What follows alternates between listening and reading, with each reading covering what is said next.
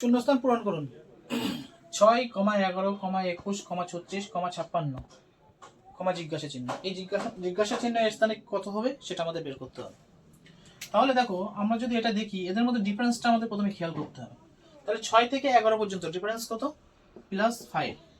এটা থেকে এই পর্যন্ত ডিফারেন্স কত আছে? 21 থেকে যদি 11 বাদ দিই তাহলে হবে হচ্ছে +10। তারপরে এটার থেকে এটা 36 থেকে যদি 21 বাদ দিই তাহলে এদের ডিফারেন্স হবে হচ্ছে +15। এটা থেকে ডিফারেন্স হচ্ছে +20। তাহলে এটা থেকে ডিফারেন্স হওয়া উচিত কত? +25। তাহলে এই 25টা এই 56 সঙ্গে যোগ করলে আমাদের যেটা হবে সেটাই হবে হচ্ছে আমাদের অ্যান্সার। এটা যোগ করলাম, তাহলে 6 এর পাশে 11 1 হাতে 1, 5 আর 2 7 আর 1 8, তাহলে এটা হবে আমাদের 81। ঠিক আছে, 81 আমাদের অ্যান্সার। দেখো তো অপশানে কোথায় 81 আছে?